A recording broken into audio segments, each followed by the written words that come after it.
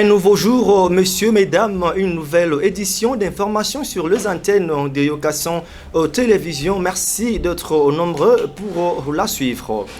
Depuis la ville de Goma, le chef de l'État, Félix Tshisekedi Tshilombo, s'est adressé à la nation à l'occasion, bien sûr, de le 61e anniversaire de l'indépendance de la République démocratique du Congo, célébré le 30 juin. Et le chef de l'État a laissé entendre que la mise en pratique de l'état de siège amènera le pays dans un état de droit. Et c'est un propos recueilli de Michael Bilona.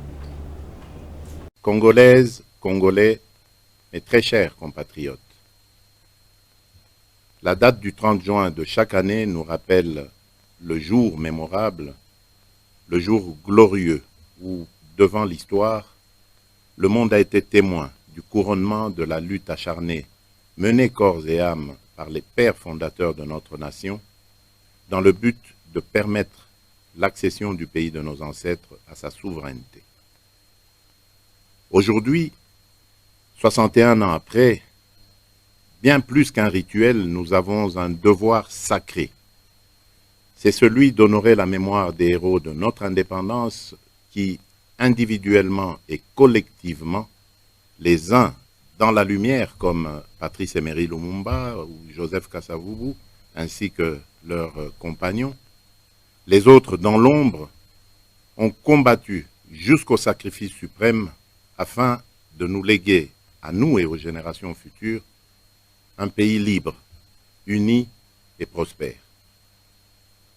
Ce jour est aussi celui des peuples d'Afrique dans toute leur diversité, de tous les camarades et frères africains qui, à l'image de Kwame Nkrumah, Julius Nyerere, Kenneth Kaunda ou encore Patrice Emery Lumumba, sont parvenus, en dépit des vicissitudes internes qui menaçaient la cohésion de leur nation, à unir leurs forces à l'échelle du continent en vue non seulement de défendre la souveraineté chèrement acquise à leurs États respectifs, mais également de matérialiser le projet noble d'intégration panafricaine fondé sur l'idéal de solidarité entre les peuples. C'est cette idéologie panafricaine, autrefois chimère, qui a posé les jalons de la grande réalisation qu'est l'Union africaine, symbole de l'unité et de l'intégration, dont la République démocratique du Congo a l'honneur d'en assumer la présidence par ma personne. Mes chers compatriotes, en ce jour hautement historique et mémorable, je voudrais rappeler à la mémoire de tous que ce 30 juin 2021 est exceptionnel, car il ne sera pas, comme à l'accoutumée, fêté avec faste, mais plutôt dans la méditation. Et la ville portuaire de Boma avait vibré le dimanche 27 juin 2021 au rythme du terrain saint. L'évêque José-Claude Mbimbi était ordonné le numéro 1 du diocèse de Boma. Le directeur du cabinet adjoint du chef de l'État et son représentant personnel ont pris part à cette cérémonie. Suivez le point avec Onur Ilunga.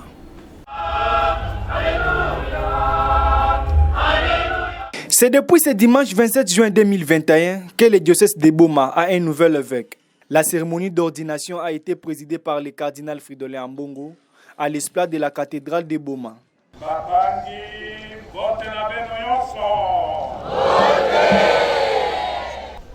Frères et sœurs dans le Seigneur, nous sommes venus en ce 13e dimanche du temps ordinaire célébrer un événement de grande portée ecclésiale.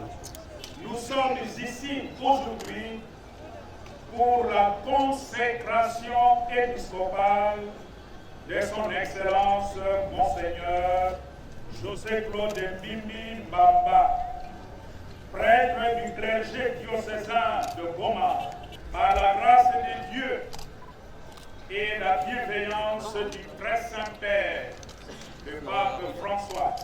Il est établi pasteur propre du diocèse de Goma. Cyprien Mbouka cède ainsi son fauteuil à José Claude, nouveau patron du diocèse de Boma. À vous tous ici présents, bien-aimés dans le Seigneur, au moment de passer le flambeau à mon jeune frère, son Excellence, Monseigneur José Claude Mbimbi Mbamba, j'ai prié le Seigneur pour qu'il vous garde tous unis dans son nom et qu'il vous sanctifie dans la vérité. Présent sur le lieu, les représentants personnels du chef de l'État et directeur des cabinets adjoints en charge de l'administration, André Wameso, a remis officiellement les cadeaux du président de la République au nouvel évêque. Et pour matérialiser son soutien, le nouvel évêque dans sa mission pastorale, le chef de l'État a daigné aussi participer d'abord par une fronde spéciale qui devrait aider dans les premières décisions, dans les premiers actes, l'évêque à remplir sa mission pastorale. Mais cette mission pastorale ne peut pas se faire si l'évêque ne sait pas aller dans tous les coins et recoins de son diocèse. Cette cérémonie riche en couleurs a connu la présence du président de la Cour constitutionnelle, des députés nationaux, des sénateurs, des députés provinciaux et plusieurs comptables de la province du Congo central. Et après la dite cérémonie, les notables du Congo central ont livré leurs impressions au micro de Béar Kabea et Moïse Vangu. Suivez. Bon, c'est d'abord pour faire honneur à la communauté de Boma, qui a eu son nouvel évêque, et puis accompagner notre évêque qui est né Congo. J'ai été avec le cardinal au niveau de Kinshasa déjà, je lui ai annoncé que nous serons présents. Et donc, pour nous, tous ceux qui peuvent contribuer au développement ou à l'accompagnement du développement de notre population, c'est notre devoir de les accompagner. C'est dans ce sens que nous sommes ici, pour qu'une fois pour toutes, qu'on ne soit plus chacun dans son coin. Qu'on puisse suivre tout ce qui se passe autour de la population et que nous prenions tout ce qui est bon, qui peut profiter et donner des conseils là où nous pensons que ce n'est pas nécessaire. Je crois que c'est d'abord félicitations à Monseigneur l'évêque de Boma, mais nous voyons un évêque dans le sens de développement de son entité qui est Boma, Bas-Fleuve Mwanda. Et donc, il a notre accompagnement, il a notre soutien. Mes impressions partiront d'abord du fait que je suis d'abord chrétienne catholique et que je suis très attachée à mon église. Et je suis très attaché à la province. L'église catholique est subdivisée en 3 diocèses, le diocèse de Boma, le diocèse de Matadi, le diocèse de Kisantu. Où que ça se passe, je me déplace toujours. Vous me verrez demain peut-être au diocèse de Matadi. Le surlendemain, vous me verrez au diocèse de Kisantu. Et là, ne considérez pas, finalement, elle appartient à quelle église? Non, c'est l'église catholique universelle. Et je dois soutenir les idées de notre église où que ce soit. Vous avez entendu parler de Makuku Matatu. C'est à cause de la subdivision politico-administrative qui a fait que les districts de Bas-Fleuve, les districts de Cataracte, les districts de Lukaya, même si aujourd'hui ces dénominations n'existent plus. Mais pour nous, dans les cœurs, nous savons que nous avons nos frères de Bas-Fleuve, nous avons nos frères de Cataracte, nous avons nos frères de la Lukaya. Et donc je suis venu dans ce cadre-là parce que je suis une maman catholique de l'Église universelle. Nous avons été honorés pour venir assister à l'ordination de l'évêque de Boma. Vous savez que l'évêque de Boma, c'est parmi l'un des 3 évêques qui doivent être remplacés dans les 3 diocèses de notre province. Et donc en tant que députés, nous sommes venus représenter nos peuples afin de participer à cette ordination. Nous sommes députés nationaux, mais la province du Congo central, c'est notre province. Vous savez le principe de Makuku Matatu. Nous avons 3 diocèses, Boma, Matadi et Kisantu. Et par conséquent, en tant qu'élu du peuple, nous sommes toujours à Boma, profitant de sa visite à Boma, deuxième ville du Congo central. Le directeur adjoint du cabinet du chef de l'État en charge de l'administration, André Wamesa, a visité la fédération de l'UDPS Boma. C'est un reportage de Béar Kabea rendu par Michael Bilona. Faisant une pierre deux coups, le directeur adjoint du cabinet du chef de l'État, André Wameso, s'est entretenu avec les combattantes et combattants de l'Union pour la démocratie et le progrès social, UDPS en sigle Fédération de Boma. Et cher Nekongo, Mouta André Wameso, nous réitérons notre souhait de bienvenue à vous ainsi qu'à la délégation sous votre conduite dans notre fédération urbaine de Boma. Et nous sommes fiers de vous accueillir dans notre temple de la démocratie. La fédération de l'UDPS Boma reste déterminée à accompagner le chef de l'État, Félix-Antoine Tshisekedi Tshilombo. Après avoir écouté les uns et les autres, le numéro 2 du cabinet du chef de l'État précise. En tout cas, d'abord, c'était une grande joie pour moi de retrouver les camarades du parti ici à Boma. Je vois que c'est une fédération dynamique, enthousiaste, conquérante, qui continue dans les idéaux du parti et dans la vision du chef de l'État de continuer à implanter le parti. Et donc nous avons eu quelques échanges pour voir comment préparer le parti aux prochaines échéances électorales. Et je crois que les échanges avec le fédéral Nicholson et tous les membres de l'UDPS Boma, les échanges sont faits dans une atmosphère très cordiale. Et je tiens à remercier aussi les autres fédérations de l'UDPS Congo Central qui ont répondu à l'invitation du fédéral Nicholson pour participer à cette réunion, on va dire, improvisée du parti. Le directeur Wameso a quitté la ville portuaire de Boma avec un sentiment de satisfaction. Revenons à Kinshasa, la capitale. Le ministre du numérique Ebérand de Cachemire Kolongele a clôturé l'atelier de transformation du numérique dont le chef du gouvernement Jean-Michel Samaloukonde a pris part par visioconférence et rassure la bonne marche de cette initiative. Le détail avec Michael Bilonda. C'était au fleuve Congo Hôtel à Kinshasa que s'est clôturé l'atelier sur le programme de transformation numérique de la RDC organisé par le ministère de tutelle. À cette occasion, Désiré Cachemire Ebérand a donc fait savoir qu'il est temps pour nous de passer au concret. Ce dernier n'a pas hésité de souligner l'impact majeur que produira la concrétisation de la feuille de route qui met l'accent sur les projets prioritaires à réaliser à l'horizon 2023. Sur les axes essentiels de développement de notre pays que sont l'amélioration de la gouvernance de l'État, la lutte contre la corruption et bien évidemment le climat des affaires et mobilisation des recettes de l'État, précise le ministre Désiré Cachemire Ebérand.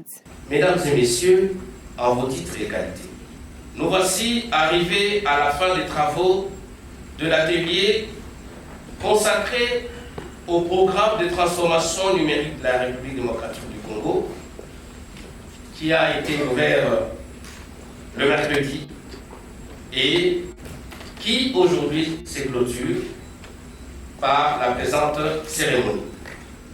Et parce qu'on ne peut pas aller loin sans la vision, et que la vision seule ne suffit pas sans l'action, il est temps pour nous de passer au concret. Et pour passer au concret, nous avons besoin du soutien, non seulement de vous, les acteurs du numérique, de vous qui êtes intéressés à la cause du numérique, mais surtout du gouvernement de la République dirigé par son Excellence, Monsieur le Premier ministre. Sur ce, je termine en vous disant une fois de plus, pour tout ce que vous avez fait, pour le développement du numérique et pour la transformation de notre société grâce et via le numérique, je vous dis encore une fois merci. Notons que le Premier ministre Jean-Michel Samaloukonde, par visioconférence, a rassuré de la bonne marche de cette initiative en rappelant ainsi ces phrases lors de son discours d'ouverture.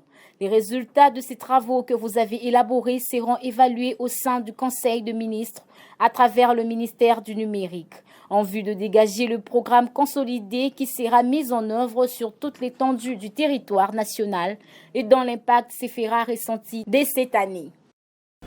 La prise en charge des écoles militaires implantées au sein des camps était au menu des échanges qu'a eu le ministre de l'enseignement primaire, secondaire et technique Tony Mwaba Kazadi avec une caucus de la coordination de ces établissements cités si haut. Michael Bilonda au commentaire.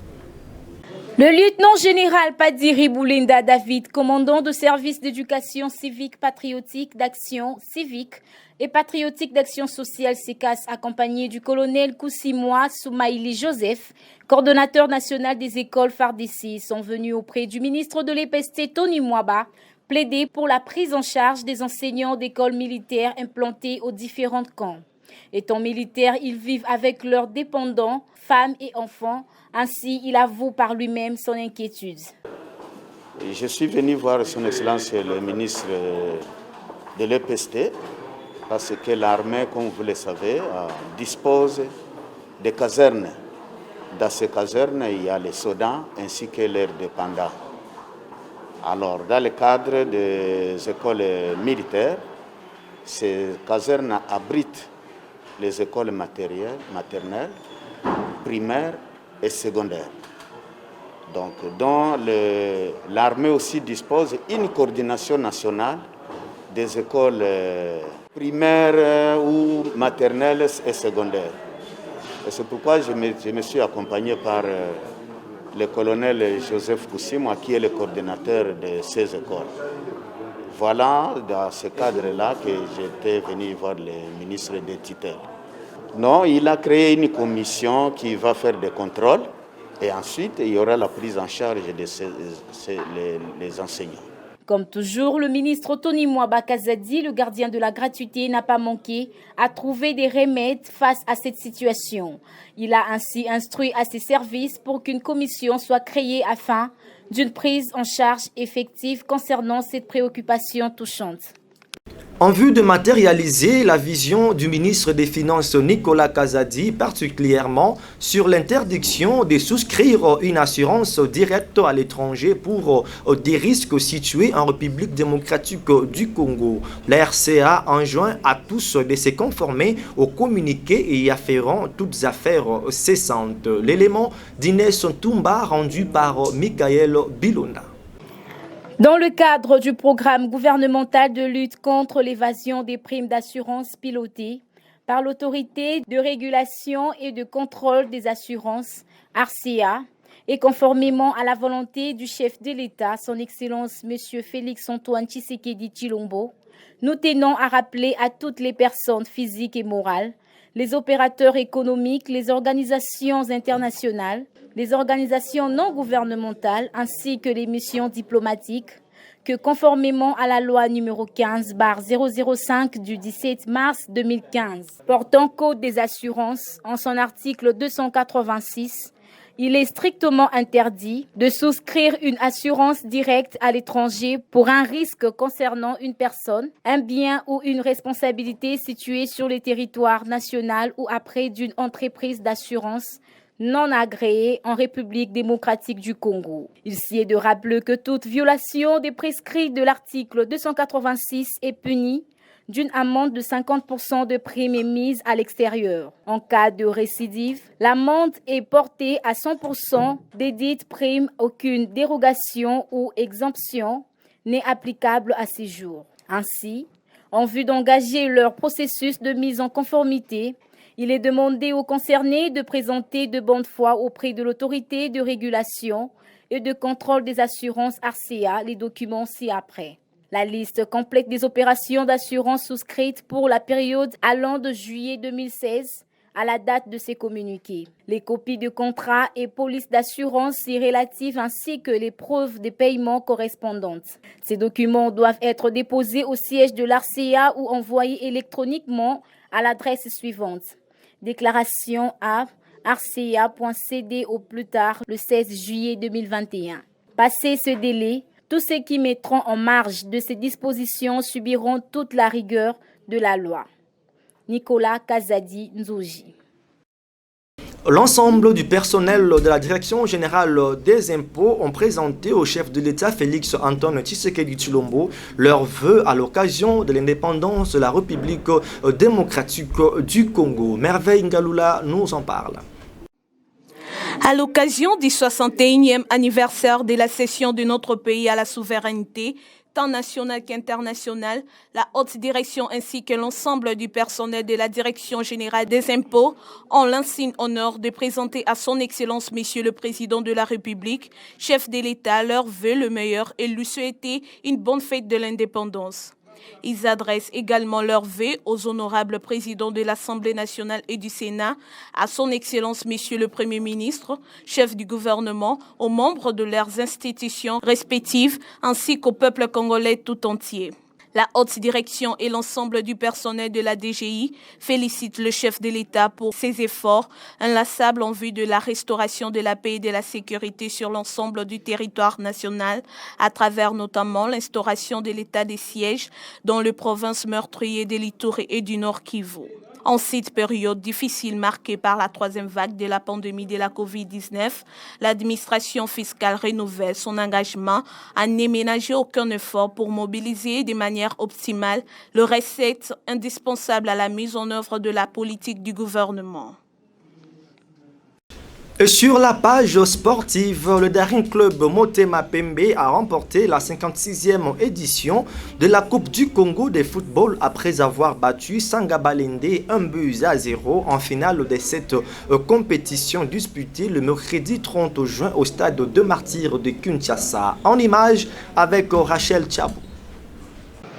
Bien que Constant Omari est déjà parti, mais les petits Constant Omari continuent à imposer la loi du plus fort. La finale du 56e édition de la Coupe du Congo qui a opposé Sa Majesté Sangabalende de Mbujimayi au DSMP de Kinshasa a tourné très mal. N'ayant pas marqué à temps, le public du DSMP a envahi l'heure de jeu du stade de Martyrs. L'arbitre central était obligé d'interrompre le match. Pendant ces temps, plusieurs joueurs des Sangabalende étaient blessés, d'autres traumatisés. Plus d'une heure du temps, le petit Constant Omari, qui occupe des postes importants au sein de la Fédération et de la Ligue nationale de football, décide que le match reprenne violant ainsi le règlement qui stipule que si le match est interrompu pendant 45 minutes, doit être rejoué. Voilà les spectacles auxquels les Congolais ont assisté hier au stade des Martyrs. C'est une façon pour les ennemis du football congolais de saboter la date du 30 juin, jour sacré de la République démocratique du Congo. Les amoureux du football congolais demandent aux dirigeants des Sangabalende de porter plainte à la CAF pour que la vérité soit établie. Et pour finir cette grande édition, après 9 ans de coaching au club cunois, Jean-Florent Ibenge quitte l'ASV Club et la raison de sa démission reste inconnue juste à présent. Encore Rachel Tchabou. Le coach de l'ASV Club, Jean-Florent Ibenge, se sépare du club quinois qu'il a entraîné depuis plusieurs années. L'annonce a été faite mercredi 30 juin dans un tweet par la présidente de l'ASV Club, Blestine Kazadi. Chers supporters, je vous annonce le départ de notre coach Jean-Florent Ibenge. Au nom de l'ASV Club, nous les remercions pour les services rendus et nous les souhaitons plein succès. Telles sont les phrases de confirmation de Madame Kazadi, sans autre précision. Rappelons que Jean-Florent Ibenge était avec l'Asvita Club depuis 2013. Voici par ailleurs son palmarès. Finaliste de la Ligue des champions de la CAF en 2014, championnat de la RD Congo en 2015 et 2018, vainqueur de la Super Coupe de RD Congo en 2015 et enfin finaliste de la Confédération CAF en 2018. C'est bien la fin de cette grande édition réalisée par Moïse Vangou qui a connu la touche particulière de BR KBA. Merci de l'avoir suivi et restez branchés sur nos antennes. Surtout, respectons les gestes barrières car le Covid-19 est réel. Surtout, bonne fête de l'indépendance de la République démocratique du Congo. Ça continue. Au revoir.